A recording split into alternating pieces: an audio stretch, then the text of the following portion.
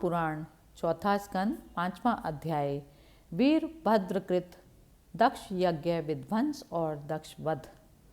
श्री मैत्रेय जी कहते हैं, विदुर जी से, महादेव जी ने जब देव ऋषि नारद के मुख से सुना कि अपने पिता दक्ष से अपमानित होने के कारण देवी सती ने प्राण त्याग दिए हैं और उसकी यज्ञ वेदी से प्रकट हुए ऋभुओं ने उनके पार्षदों की सेना को मारकर भगा दिया, तब उन्हें बड़ा ही क्रोध हुआ। उन्होंने उग्र रूप धारण कर क्रोध के मारे होठ चबाते हुए अपनी एक जटा उखाड़ ली, जो बिजली और आग की लपट के समान दीप्त हो रही थी, और सहसा खड़े होकर बड़े गंभीर अट्टहास के साथ उसे पृथ्वी पर पटक दिया। उससे तुरंत ही एक बड़ा भारी लंबा चौड़ा पुरुष उत्पन्न हुआ।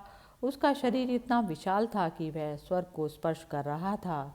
उसके 1000 भुजाएं थी, मेघ के समान श्याम वर्ण था, सूर्य के समान जलते हुए 3 नेत्र थे, विकराल दाढ़ें थी और अग्नि की ज्वालाओं के समान लाल लाल जटाएं थी। उसके गले में नरमुंडों की माला थी और हाथों में तरह तरह के अस्त्र शस्त्र थे। जब उसने हाथ जोड़कर पूछा, भगवान मैं क्या करूं, तो भगवान भूतनाथ ने कहा, वीर रुद्र तू मेरा अंश है, इसलिए मेरे पार्षदों का अधिनायक बनकर तू तुरंत ही जा और दक्ष तथा उसके यज्ञों को नष्ट कर दे। प्यारे विदुर जी, जब देवाधिदेव भगवान शंकर ने क्रोध में भरकर ऐसी आज्ञा दी, तब वीरभद्र उनकी परिक्रमा करके चलने को तैयार हो गए। उस समय उन्हें ऐसा मालूम होने पर कि मेरे वेग का सामना करने वाला संसार में दूसरा कोई नहीं और मैं बड़े से बड़े वीर का भी वेग सहन कर सकता हूँ। वे भयंकर सिंहनाद करते हुए एक अति कराल त्रिशूल हाथ में लेकर दक्ष के यज्ञ मंडप की ओर दौड़े। उनका त्रिशूल संसार संहारक मृत्यु का भी संहार करने में समर्थ था। भगवान रुद्र के और भी बहुत से सेवक गर्जना करते हुए उनके पीछे हो लिए। उस समय वीरभद्र के पैरों के निपुर आदि आभूषण छनन छनन बजते थे। इधर यज्ञशाला में बैठे हुए ऋतज यजमान सदस्य तथा अन्य ब्राह्मण और ब्राह्मणियों ने जब उत्तर दिशा की ओर धूल उड़ती देखी, तब वे सोचने लगे, अरे यह अंधेरा सा कैसे हो रहा है, यह धूल कहाँ से छा गई। इस समय ना तो आंधी चल रही, ना कहीं लुटेरे ही सुने जाते हैं, क्योंकि अपराधियों को कठोर दंड देने वाला राजा प्राचीन बहिर अभी जीवित है। अभी गौओं के आने का भी समय नहीं हुआ, फिर यह धूल कहाँ से आई। क्या इसी संसार में प्रलय तो नहीं होने वाली। तब दक्ष पत्नी प्रसूति और अन्य स्त्रियों ने व्याकुल होकर कहा, प्रजापति दक्ष ने अपनी सारी कन्याओं के सामने बेचारी निरपराध सती का तिरस्कार किया था। मालूम होता है यह उसी का पाप का फल है, अथवा हो ना हो यह संहार मूर्ति भगवान रुद्र के अनादर का ही परिणाम है। प्रलय काल में उपस्थित होने पर जिस समय वे अपने जटाजूट को बिखेर कर तथा शास्त्र अस्त्रों से सुसज्जित अपनी भुजाओं को ध्वजाओं के समान फैलाकर तांडव नृत्य करते हैं, उस समय उनके त्रिशूल के फलों से दिग्गज बिन जाते हैं तथा उनके में गर्जन के समान भयंकर अट्टहास से दिशाएं विदीर्ण हो जाती हैं। उस समय उनका तेज असह्य होता है। वे अपनी भौहें टेढ़ी करने के कारण बड़े दुर्दर्श जान पड़ते हैं और उनकी विकराल दाढ़ों से तारागण अस्त व्यस्त हो जाते हैं। उन क्रोध से भरे हुए भगवान शंकर को बार बार कुपित करने वाला पुरुष साक्षात विधाता ही क्यों ना हो, क्या कभी उसका कल्याण हो सकता है। जो लोग महात्मा दक्ष के यज्ञ में बैठे थे, वे भय के कारण एक दूसरे की ओर कातर दृष्टि से निहारते हुए ऐसी ही तरह तरह की बातें कर रहे थे कि इतने में ही आकाश और पृथ्वी में सब और सहस्रों भयंकर उत्पात होने लगे। विदुर जी, इसी समय दौड़कर आए हुए रुद्र सेवकों ने उस महान यज्ञ मंडप को सब ओर से घेर लिया।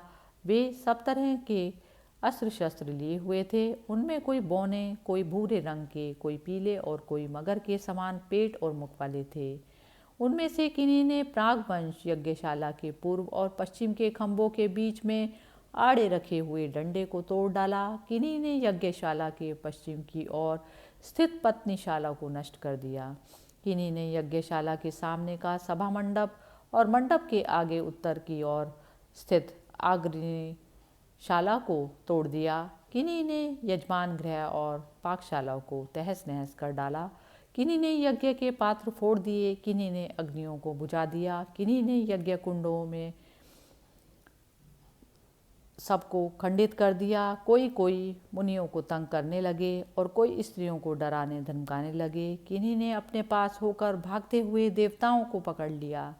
मणिमान ने भृगु शरीर ऋषि को बांध लिया। वीरभद्र ने प्रजापति दक्ष को कैद कर लिया तथा चंडीश ने पूषा को और नंदीश्वर ने भक्त देवता को पकड़ लिया। भगवान शंकर के पार्षदों की यह भयंकर लीला देखकर तथा उनके कंकड़ पत्थरों की मार से बहुत तंग आकर वहाँ जितने ऋतज सदस्य और देवता लोग थे सब के सब जहाँ तहाँ भाग गए। भृगु जी हाथ में श्रुवा लिए हवन कर रहे थे। वीरभद्र ने इनकी दाढ़ी मूछ नीच ली, क्योंकि इन्होंने प्रजापतियों की सभा में मूछें ऐंठते हुए महादेव जी का उपहास किया था।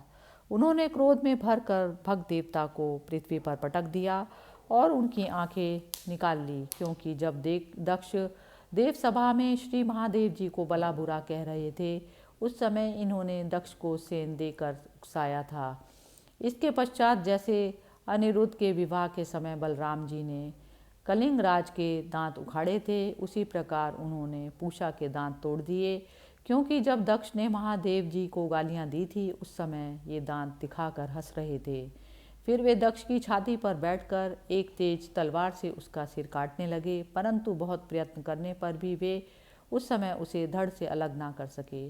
जब किसी भी प्रकार से के अस्त्र शस्त्रों से दक्ष की त्वचा नहीं कटी तब वीरभद्र को बड़ा आश्चर्य हुआ और वे बहुत देर तक विचार करते रहे।